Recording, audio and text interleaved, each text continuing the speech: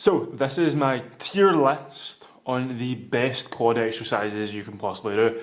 Now, I have pretty well developed legs. Maybe me just being cocky. However, I put a lot of effort into my legs, put the most amount of effort, time into developing them because they were an area of self-conscious for me.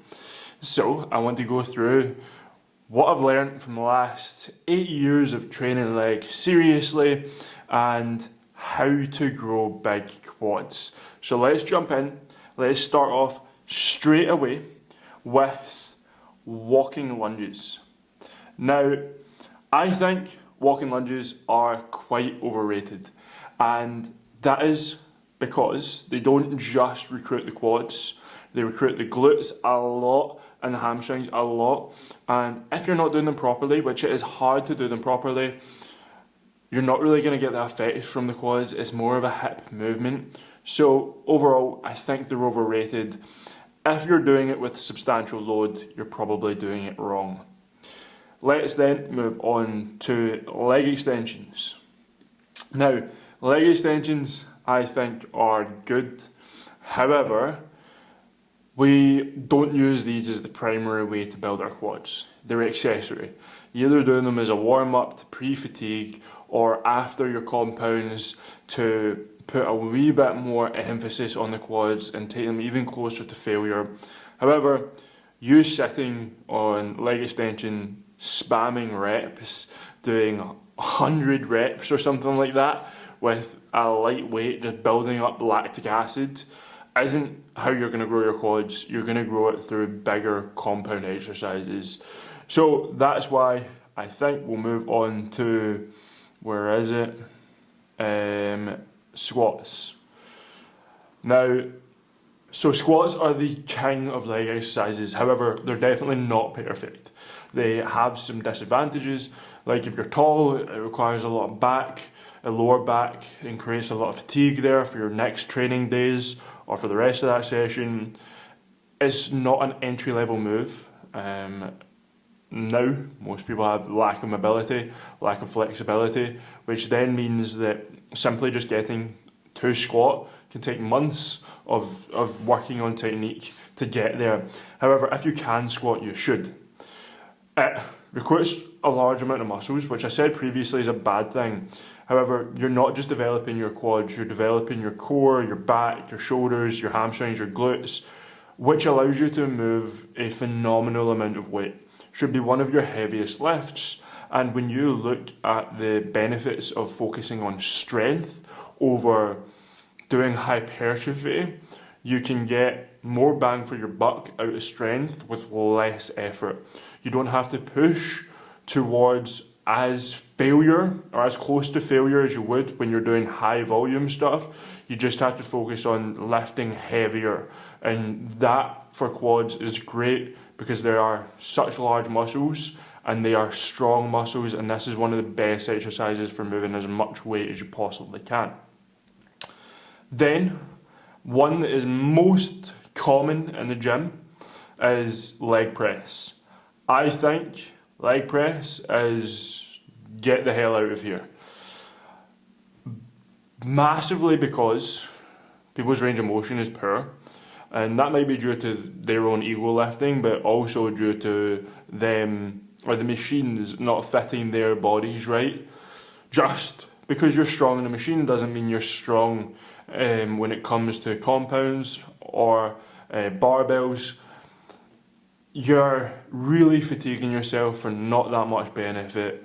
And when it comes to the majority of people's range of motion, they're primarily going to be using their hips, which is their glutes, not targeting the quads, not getting the knee into as much flexion as required to grow great quads. So then, hack squats. I think hack squats are top tier with squats because they drive your knees over your toes so much. They usually allow someone to get much deeper than in a barbell back squat because they feel more supported, they feel more stable. However, again, it's not perfect.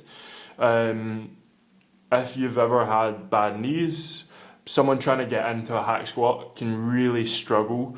Someone trying to get low can really struggle. Most hack squats are quite heavy on their own, so that is an entry barrier. You have to be able to move a decent amount of weight first, because most hack squats are like 40, 50 kg before you even start adding weights onto them. They don't fit everyone's bodies, again. If you're too short, if you're too tall, if you're not 5'9", which most machines are built for, it can be awkward. However, they target the quads phenomenally, and when you really focus on getting your knees over the toes, ass to grass, you can really drive with the quads and isolate them from everything else. Then front squats, I think, are really good.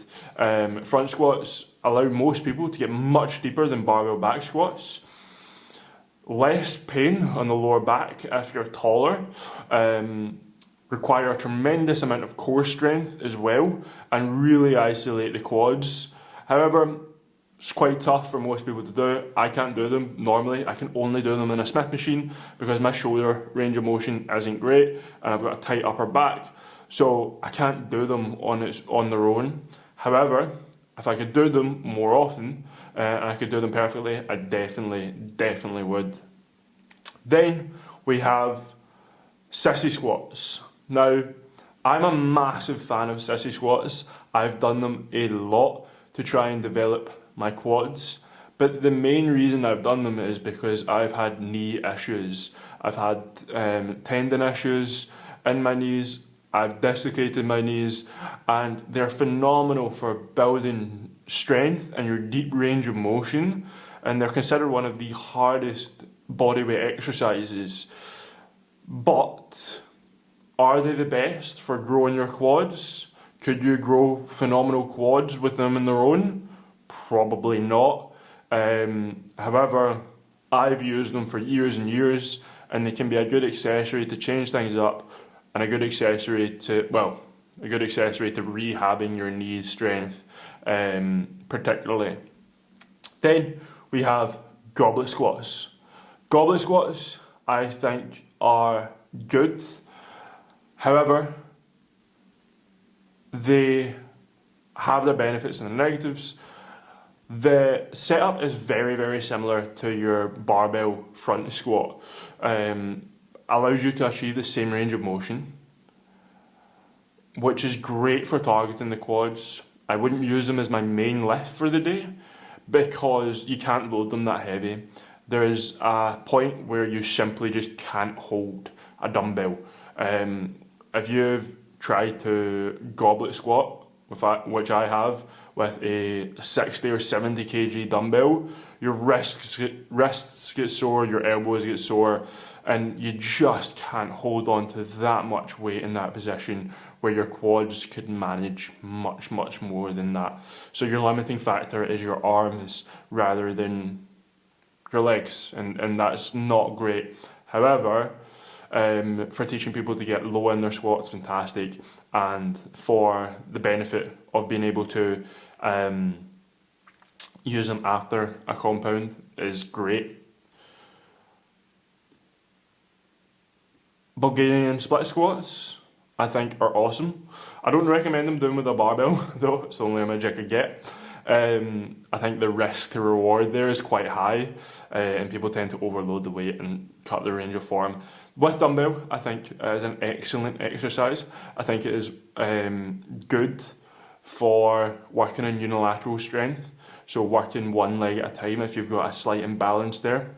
However, I do also think that it's quite tough. The lactic acid builds up quite fast, and people tend to just spam reps, where we should be focusing on this is strength. I like them, don't always have them in my program though. A lot of people cut their depth on it. You need to really focus on getting the knee over the toes. Again, form is quite tough on this to execute properly. It can largely turn into a glute exercise if done wrong. Step ups, I think, are pretty bad. I don't think they are worth doing for the majority of people, because you're not getting the knee really, or the hips below the knee. You're not creating that much flexion in the knee for full range of motion in the quad, and you're going to, no matter what you do, you're going to bounce off the leg that's on the floor. If you don't do that, you can't really move that much weight. It's largely a pointless exercise for quads. Great for glutes, but again, not the point in this. And you definitely can't use it as your compound. Then we have pistol squats, largely poor. Really, you can't overload it. The balance is too much of an issue. Most people cannot do them. Waste of time, wasted endeavour for the majority of people. If it is unilateral strength you're going to, it'd be more beneficial practicing Bulgarian split squats and doing those properly than spending hours trying to practice a pistol squat to never really be able to load it with any substantial weight. Deadlifts, I think, are great for quads. I wouldn't do them every program, every workout, because of the lower back fatigue it creates, particularly if you're doing like hack squats and barbell back squats. However, with leg drive off the floor, you can develop great quads from deadlifts. Even better if you use a trap bar deadlift, because that can only move if you use a good amount of leg drive. So I think deadlifts should be in your program somewhere. I probably wouldn't follow squats or hack squats with deadlifts, because you're not going to be able to load it as heavy, and your lower back is going to be just so fatigued. It's not worth it. So that is the exercises that I think you should really be focusing on up the top. The okay, good, and every leg day I think is great. You can build a phenomenal set of quads with those 8 exercises. Those 8 exercises are in my program pretty much all the time. There's going to be very rare occasion where any of those aren't in my program, and you don't need to do all 8. You just need to pick a few for your workout program and hit those hard, progressing them each week, either in control and weight or in reps. But if you want some phenomenal quads, give them a go. Cut out the things that are a waste of time. And if you want to grow the rest of your body and learn how to do that, then follow me on Instagram at renegade.coaching. If you want a specific program that stops you wasting time and gets your results faster, then just DM me.